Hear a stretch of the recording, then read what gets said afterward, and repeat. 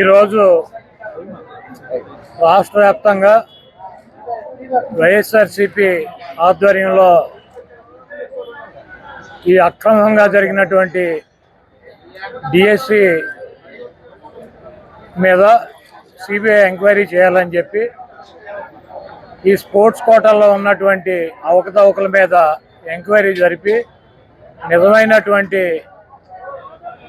ఎవరైతే అర్హులో వాళ్ళకి ఆ ఉద్యోగాలు కేటాయించాలని డబ్బులకి అమ్ముకున్నటువంటి తెలుగుదేశం పార్టీకి సంబంధించినటువంటి నాయకులకి ఇచ్చినటువంటి దొంగ సర్టిఫికేట్లు ఇచ్చినటువంటి అభ్యర్థుల్ని తొలగించాలని చెప్పి రాష్ట్ర వ్యాప్తంగా వైఎస్ఆర్ కాంగ్రెస్ పార్టీ దాదాపు 4 నెలల నుంచి అనేక నిరసన కార్యక్రమాలు చేస్తూ వస్తున్నాం. దాంట్లో భాగంగానే ఈరోజు ఈ డిఎస్సికి వ్యతిరేకంగా రాష్ట్ర వ్యాప్తంగా వైఎస్ఆర్ కాంగ్రెస్ పార్టీ అన్ని నియోజకవర్గాల్లో నిరసన కార్యక్రమం పెట్టారు. దీన్ని కొడుకును కాపాడుకోవాలన్నటువంటి ఉద్దేశంతో చంద్రబాబు నాయుడు ఈ రాష్ట్రం ఉన్నటువంటి పోలీస్ యంత్రాంగాన్ని ఉపయోగించి అర్ధరాత్రి మా నాయకుల్ని ఇళ్లకు వెళ్ళి నోటీసులు ఇచ్చి మీరు కనుక ర్యాలీల్లో కానీ నిరసనల్లో కానీ పాల్గొన్నట్లయితే మీ మీద రకరకాల కేసులు కట్టి మిమ్మల్ని అరెస్ట్ చేస్తాం, మీరు ఎవరు కూడా వెళ్ళొద్దని చెప్పి పోలీస్ వ్యవస్థ మా నాయకులకి మా కార్యకర్తలకి ఫోన్లు చేసి బెదిరించినటువంటి పరిస్థితి రాష్ట్ర వ్యాప్తంగా ఉంది. ఇది ఒకటి గుర్తుపెట్టుకోవాలి. రాష్ట్ర ప్రభుత్వం పోలీసు వ్యవస్థతో ఆపేయగలము, పోలీసు వ్యవస్థతో ఏదైనా చేయగలము అనుకుంటే ఢిల్లీలో కేంద్ర మంత్రి విద్యార్థుల మీద దాడులు చేయించి ఆఖరికి రాజీనామా చేయాల్సినటువంటి పరిస్థితి ఏర్పడింది. మీరు ఎవరినైనా సరే ఎంత తొక్కి పెట్టాలనుకుంటే ఏ రకంగా బంధించాలనుకున్నా కూడా అది మీకు సాధ్యం కాదు. దయచేసి ఇటువంటి కార్యక్రమాలు చేసి వైఎస్ఆర్ కాంగ్రెస్ పార్టీ శ్రేణుల మీద కేసులు పెట్టి వీళ్ళని రెచ్చగొట్టి రేపు రాబోయే రోజుల్లో మీరు అధికారం కోల్పోయినాక మరి వీళ్ళ చేతిలో తీవ్ర పరాభవానికి గురవాల్సినటువంటి పరిస్థితి, ఇటువంటి ఆంక్షల్ని ఇంకా 10 ఇంతలు ఎదుర్కోవాల్సినటువంటి పరిస్థితి ఉంటుంది. కాబట్టి ఇటువంటి పిచ్చి ప్రయత్నాలని ఆపాలని చెప్పి నేను తెలుగుదేశం పార్టీకి కూటమి ప్రభుత్వానికి తెలియజేస్తూ వాళ్ళ మీద మీకు నిష్పక్షపాతంగా చేశామన్నటువంటి నమ్మకం కనుక ఉంటే మీకు మీ వ్యవస్థలో సెంట్రల్ గవర్నమెంట్ మీరు కలిసి ఉన్నారు, మీ వ్యవస్థల మీద మీకు నమ్మకం ఉన్నట్లయితే చంద్రబాబు నాయుడిని సిబిఐ ఎంక్వైరీ అతని కుమారుడి మీద ఆదేశించాలని చెప్పి ఆ సిబిఐ ఎంక్వైరీ ఆదేశించి దీంట్లో అక్రమాలు జరపలేదని చెప్పి నిరూపించుకోవాలి. కానీ ఉత్తర కుమార్ లాగా ఇప్పుడు జగన్మోహన్ రెడ్డి గారిని చర్చకి రమ్మంటాడు, ఇప్పుడు మా మీద కేసులు పెడతారు, లేకపోతే నిన్న చింతా రవి మీద కేసులు పెట్టారు, అనేక మంది మీద కేసులు పెట్టారు. మీరు కేసులు పెట్టవద్దు మా మీద, మేమేం చేసామో చంద్రబాబు లోకేష్ చర్చకి రండి, లేకపోతే మీరు లోకల్ నాయకుల్ని చర్చకి రండి, చర్చించుకుంటామంటే మీరు ఒప్పుకుంటారా? ఇప్పుడు మేము అక్రమాలు చేసామని చెప్పి మా మీద కేసులు పెడుతున్నారు. మీరు కేసులు పెట్టొద్దు, మన ఇద్దరం కూర్చొని చర్చించుకుందాం ఎదురు బోదురు, మీరు రమ్మంటే ఎవడన్నా వచ్చేవాడు ఎవడన్నా ఉన్నాడా? ఈ పోలీసు వ్యవస్థ సిబిఐ ఇవన్నీ ఉన్నది దేనికి? మీరు అక్రమాలు చేశారని చెప్పి స్పష్టంగా మేము ఆధారాలతో చూపిస్తున్నాం. మీరు చేయలేదని కనుక నిరూపించుకోవాలంటే సిబిఐ ఎంక్వైరీ చేసుకోండి, మీదే కదా కేంద్రంలో కూడా ప్రభుత్వం. అంతేగాని ఇప్పుడు నా మీద ర్యాలీలో పాల్గొనని కేసులు పెడతారు, నా మీద కేసులు వద్దు, కూర్చొని చర్చించుకుందాం, మేము ర్యాలీ చేయటం కరెక్టా కాదా, నీకు దమ్ముంటే లోకేష్ నువ్వు రా గుడివాడ మేము చర్చించుకుందాం, లేకపోతే లోకల్గా ఉన్నటువంటి ఎమ్మెల్యే నీకు దమ్ముంటారా చర్చించుకుందాం అంటే ఇవన్నీ కూడా ప్రజాస్వామ్యంలో కరెక్ట్ కాదు. కాబట్టి మీరు కనుక నిజంగా అక్రమాలు చేయలేదని, ఉద్యోగాలు అమ్ముకోలేదని, మీరు అర్హులు కానటువంటి వాళ్ళకి ఉద్యోగాలు ఇవ్వలేదన్నటువంటి నమ్మకం కనుక మీకు అయితే ఉన్నట్లయితే మీరు తప్పకుండా సిబిఐ ఎంక్వైరీ ఎంచుకోండి, మీ నిర్దోషత్వాన్ని మీరు నిరూపించుకోండి. మాకు ఈ ఉద్యమాలు చేయాల్సినటువంటి అవసరం, ఈ నిరసన చేయాల్సిన అవసరం ఉండదు. మీరు అంతేగాని మీ మీద మీరు ఎంక్వైరీ చేసుకోకుండా మా మీద కేసులు పెడితే ఈ రాష్ట్ర ప్రభుత్వానికి వచ్చేది ఏమి ఉండదు. ఉన్నటువంటి 4 రోజులు బుద్ధిగా పరిపాలించాలని చెప్పి కోరుతున్నాను. 23లోనే 22లోనే జగన్మోహన్ రెడ్డి గారు పోస్టింగ్లు ఇవ్వాల్సి వచ్చింది వాళ్ళందరికీ. అంటే 97లో కోర్టుకు వెళ్ళిన వాళ్ళకి 2007, 2017, 2025 ఏళ్ళకి వాళ్ళకి కోర్టు జడ్జిమెంట్ చెప్తే ఆ ఉద్యోగాలు జాయిన్ అవ్వమని చెప్పిన వాళ్ళకి కూడా రిటైర్ అయిపోయారు ఆ టైంకి.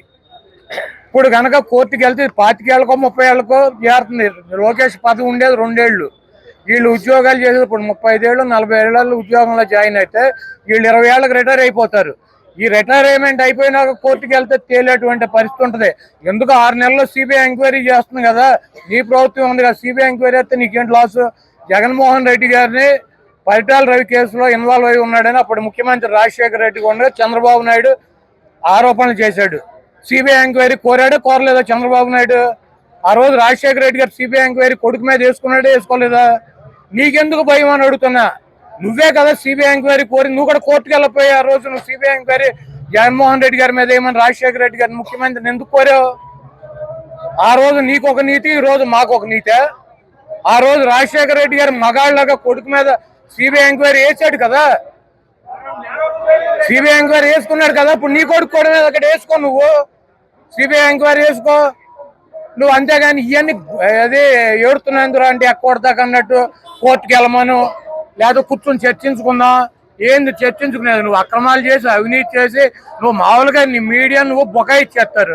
జగన్మోహన్ రెడ్డి గారు నేను వస్తే మీరు ఒప్పుకుంటారా? రాజీనామా చేస్తారా? మీరు చెప్తారా? సమాధానం చెప్పే పరిస్థితి ఉందా? ఇవన్నీ ఎందుకు? నువ్వు నేను ఈ ప్రజాస్వామ్యంలో ఇప్పుడు నా మీద కేసులు పెడతారు, నా మీద కేసు కట్టొద్దు, చంద్రబాబు మా ఇద్దరం కూర్చొని చర్చించుకుందాం అంటే కుదురుతుందా? లేదా నా మీద కేసు కట్టదు, కోర్టుకు పో, నువ్వు ఇట్లా ర్యాలీ చేసాడని చెబితే వెళ్తారా? ఇవన్నీ చంద్రబాబు నాయుడు పూటకో మాట గంటకో మాట. అతను ముఖ్యమంత్రి ఉంటే ఒకటి మాట్లాడతాడు, అతను ప్రతిపక్ష నాయకుడు అయితే ఒకటి మాట్లాడతాడు. కాబట్టి ఆయన ముఖ్యమంత్రి ఉన్నా ప్రతిపక్ష నాయకుడు ఉన్నా అప్పుడు రాజశేఖర రెడ్డి గారు ఆయన కొడుకు మీద సిబిఐ ఎంక్వైరీ చేసుకుని నిజాన్ని నిరూపించుకున్నాడు. నువ్వు కూడా అట్టాకి నీకు దమ్ము ఉంటే నువ్వు కూడా రాజశేఖర రెడ్డి గారి లాగా మడవ తిప్పను మాట ఇస్తా అని చెప్పి సొల్లు కబుర్లు చేయటం కాదు. నీ కొడుకు మీద సిబిఐ ఎంక్వైరీ చేయించుకో, రాజీనామా చేయించు, నీ కొడుకు మీద సిబిఐ ఎంక్వైరీ చేయించుకొని రాజశేఖర రెడ్డి గారి లాగా నేను నిప్పు అని చెప్పు. అంతేగాని నువ్వు ఇట్లా ఈ పనికి మాలిన మాటలు చెప్పి మమ్మల్ని లేదా పోలీసులను అడ్డం పెట్టుకుని అణచివేయాలని చూస్తే ఈ కార్యక్రమాలు నువ్వు చేసినటువంటి అవినీతి, నువ్వు చేసినటువంటి ఉద్యోగాలు అమ్ముకోవడం ఇదంతా ప్రజల్లోకి వెళ్తుంది. దీనికి మూల్యం మీరు విమర్శిస్తున్నారే తప్ప అసలు నిజంగా మేము మోసపోయామని ఎవరు బయటకు రావట్లేదు. విద్యార్థులు కానీ వాళ్ళకి సంబంధించిన బంధువులు కానీ ఎగ్జామ్స్ రాసిన వాళ్ళు కానీ ఎవరు బయటకు రావట్లేదు. జంజీ ఉద్యమం ట్యాగ్ వేసుకుని పార్టీ నాయకులు చేస్తారు తప్ప యువత ఎవరు మీతో అని ఎవరు చెబుతున్నారు? కూటమి నాయకులు అంటారు. ఇప్పుడు కూటమి నాయకులు అంతకన్నా ఏం చెబుతారు? కాదు, ఆ కేంద్ర మంత్రి రాజీనామా చేసేటప్పుడు చేసే ముందు 10 నిమిషాల ముందు కూడా సేమ్ మాటలు కేంద్ర మంత్రులను కేంద్ర ప్రభుత్వం ఇదే చెప్పింది కదా. ఇప్పుడు కేంద్ర మంత్రిని రాజీనామా చేయమన్నారు, వాళ్ళు ఏమన్నారు? పాకిస్తాన్ నుంచి వచ్చారు, చైనా కింద కంచిలోంచి దూరొచ్చారు, వీళ్ళందరూ తీవ్రవాదులు, ఇక్కడ అసలు ఎవడో జంజీలు లేరు, అంతా ఉగ్రవాదులు ఉన్నారు, ఇవన్నీ చెప్పారు. ఎప్పుడు రాజీనామా చేస్తాడని 10 నిమిషాల ముందు దాకా. మరి ఎందుకు చేశారు? పోలీసులతో కొట్టించారు, టీర్ గ్యాస్ వాడారు, వాటర్ కొట్టారు, తుపాకులతో కాల్చారు, లాఠీలకి మేకులు కొట్టి ఈపులు ఒళ్ళంతా పగలు కొట్టారు, తలకాయలు పగలు కొట్టారు. వీళ్ళు ఎవరో జంజీలు కాదు, వీళ్ళంతా దొంగలు, వీళ్ళందరూ తీవ్రవాదులు అని చెప్పారు. మరి ఎందుకు రాజీనామా చేశారు? అదే పరిస్థితి ఇక్కడ కూడా వస్తుంది. సేమ్ కేంద్రంలో ఏం చెప్పారో అదే చెబుతున్నారు ఇక్కడ కూడా. కాబట్టి వీళ్ళు మాట్లాడు పట్టించుకునే పరిస్థితిలో లేదు. సేమ్ కేంద్రంలో ఏదైతే జరిగిందో అదే రాష్ట్రంలో కూడా జరుగుతుంది.